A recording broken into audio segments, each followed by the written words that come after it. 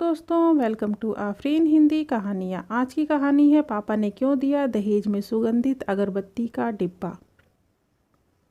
विवाह के बाद जब एक बेहद साधारण परिवार की बेटी पहली बार मायके से अपने ससुराल जाने लगी तो पिता ने अपनी बेटी को बड़े लाड से अन्य उपहारों के साथ एक सुगंधित अगरबत्ती का डब्बा भी दिया और उससे कहा कि बेटी, जब भी तुम अपने ससुराल में पूजा करोगी तब इस अगरबत्ती को ज़रूर जलाना।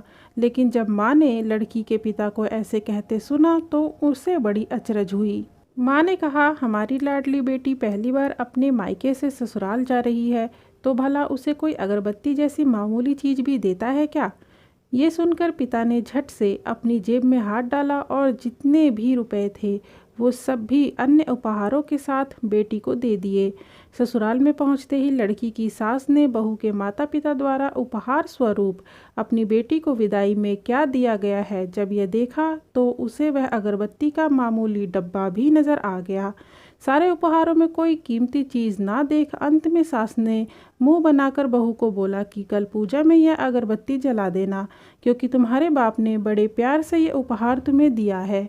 सुबह जब बेटी पूजा करने बैठी और अगरबत्ती का डब्बा खोला तो उसमें एक चिट्ठी निकली जिसमें लिखा था, बेटा, यह अगरबत्ती एक बार जलाने के पश्चात स्वतः जरूरी जलती है मगर संपूर्ण घर को सुगंधित कर देती है। इतना ही नहीं, आस पड़ोस के पूरे वातावरण को भी अपनी महक से सुगंधित व प्रफुल्लित कर देती है। हो सकता है कि कभी तुम अपने पति से किसी बात को लेकर कुछ समय के लिए रूठ जाओगी या कभी अपने सास ससुर के व्यवहार से दुखी हो जाओगी, कभी देवर या ननद से भी रूठोगी, कभी तुम्हें किसी से बातें सुननी भी पड़ जाएं या फिर कभी अड़ोसी पड़ोसियों के व्यवहार पर तुम्हारा दिल दुख जाए। तब तुम मेरी यह भेंट ध्यान में रखना, अगरबत्ती की तरह जलना।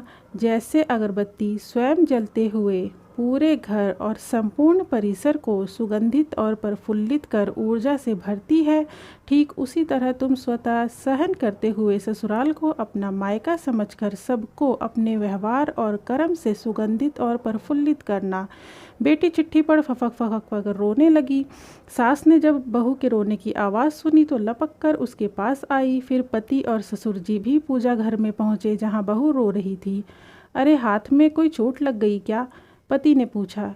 क्या हुआ यह तो बताओ, क्यों रो रही हो? ससुर जी बोले। जब सास उसके अगल बगल देखने लगी तो उसे पिता द्वारा सुंदर अक्षरों में लिखी हुई चिट्ठी नजर आई। चिट्ठी पढ़ते ही उसने अपनी बहू को गले से लगा लिया और फिर चिट्ठी ससुर जी के हाथों में दी। लेकिन ससुर ने चश्मा न पहने होने की वजह से चिट्ठी बेटे को पढ़ने के लिए कहा। सारी बात समझते ही संपूर्ण घर स्तब्ध हो गया।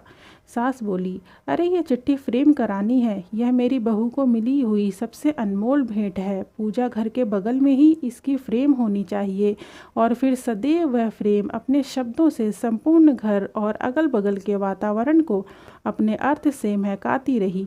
अगरबत्ती का वह डब्बा ख़त्म होने के बावजूद भी। वीडियो देखने के लिए धन्यवाद। सब्सक्राइब करना ना भूलें।